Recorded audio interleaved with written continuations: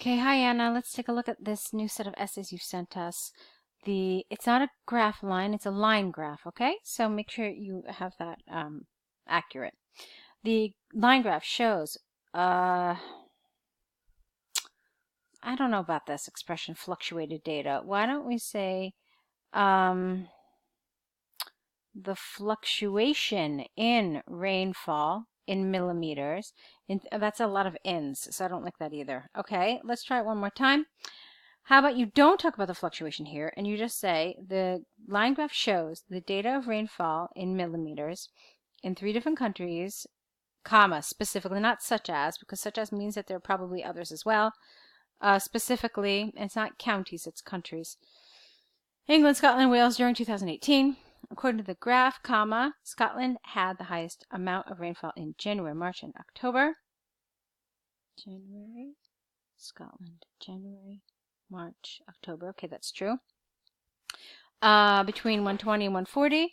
Wales, make sure you spelled Wales right, had the highest level of rainfall in May, July, and December, around 110 and 140. England had the highest and equal level of rainfall in July and September, around 120. Okay? Scotland had the lowest level of rainfall in February and April, less than 50 millimeters, whereas Wales has the same data here. You're missing a the, but in April. England had the lowest level of rainfall between May and June, and this should be at around 75 millimeters.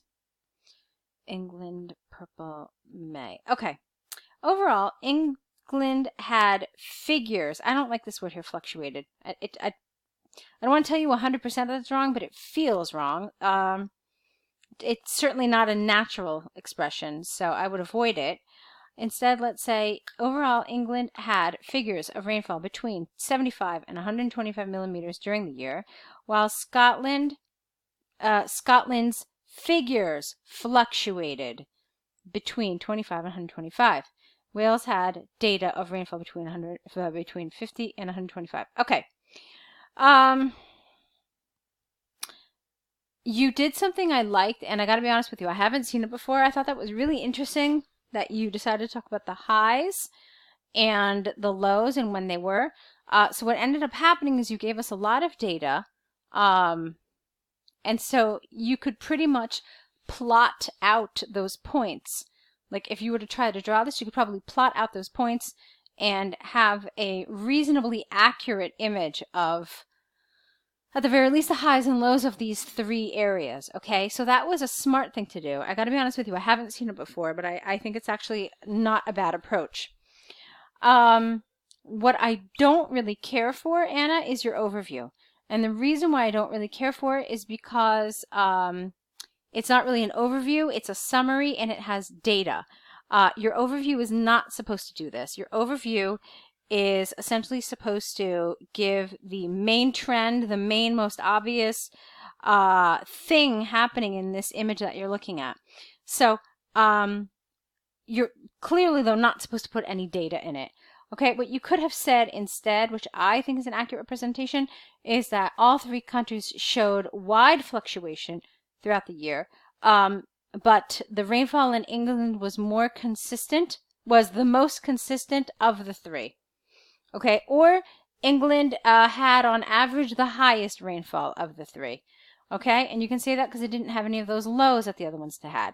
So that would have been a good thing to say, that while all 3 areas fluctuated considerably throughout the year, England on average had the highest rainfall. Now that's an overview, okay?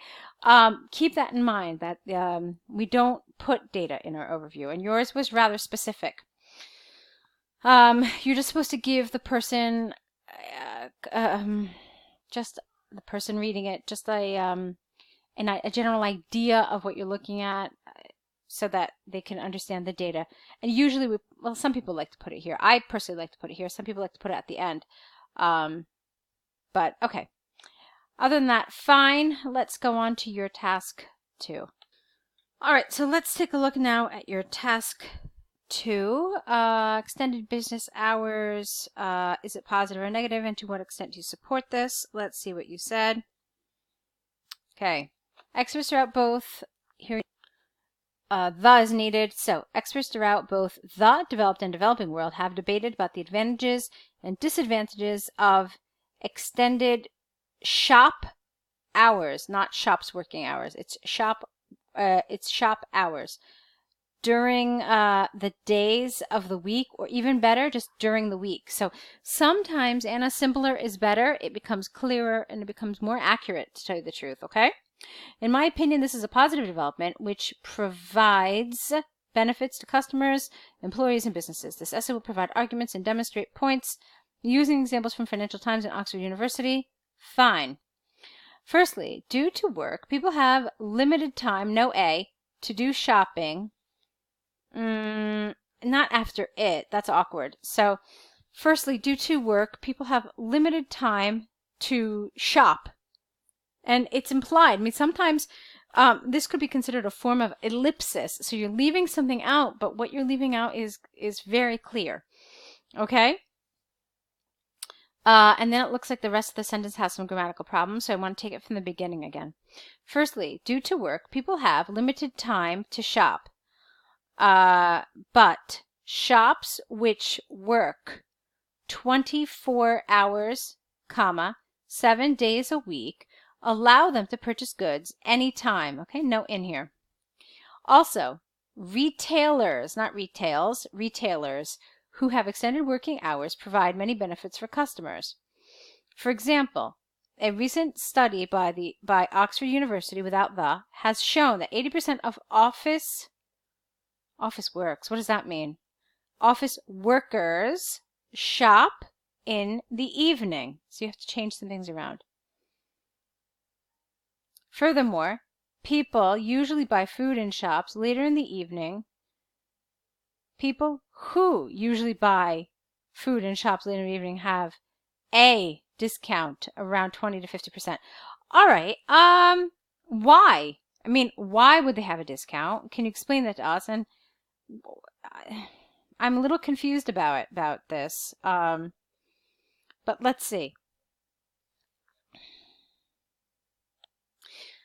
I think what you could have done here is you could have added another sentence about saying why this is beneficial. So if they're able to buy goods anytime during the day, this provides a better quality of life. They don't have to feel so rushed. They don't have to feel so stressed in order to, go to the stores in a limited amount of time. And, they know that even if they decide at 3 in the morning that they want to go buy bread, they can. So this is a quality of life issue for a lot of people. Okay, so that's an extra piece of information you could have said to just extend this argument a little further. But again, this I really didn't understand about this discount. So I don't understand how that fits in. I don't understand why they would have a discount. I just didn't really get it. Okay, so it's something that you need to revise and explain a little more clearly. All right. Secondly, owners of the business create employment opportunities without this S here for many people as long working hours require more staff and shifts. Moreover, shops generate more profit as they, not it, they are open longer hours. For instance, a recent survey by the Financial Times has shown shops which are open throughout the day and night have 60%, get rid of the by, higher profit than those that, you're missing this, than those that serve customers only during the day.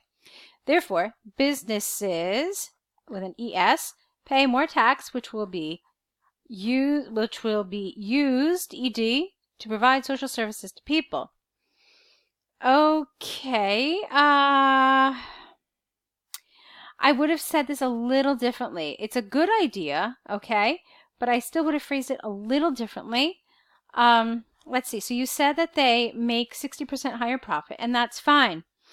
So what I would have said here is, therefore, not only do the shopkeepers earn more money, but the government as well through added tax dollars or added tax money. Okay, so you could have said it like that and would have linked the idea better to this next argument, because this therefore here it's not like a natural leap the way you've written it. Okay, you've written about the higher profit, and then all of a sudden you're telling us as if, you know, we should understand that, well, of course, you know, we'll have more taxes. Okay, so you should have made that that link a little clearer. All right, so to conclude, from arguments and examples given, I firmly believe that shops have extended, that shops having ing extended business hours. No, you don't need business working, just business hours benefits people without the for. It is predicted that the number of retailers having extended working hours will increasingly grow, not th, in the future. All right, so Anna, there are some nice elements to this essay. You had some nice ideas. You generally, in terms of cohesion and coherence and cohesion, you did fine. Some of the vocabulary was a little awkward. And I think you could have extended some of these arguments a little better. So it's an essay that is definitely on the right track, but there are some areas that I think you can improve it to get a better score. All right, so go ahead and do that. I believe you have another set of essays with us, so go ahead and correct these, and let's see another set from you, applying all the things that we're talking about here. Okay, just extending your answers a little further. All right, good luck, and I'll wait to see what you write next.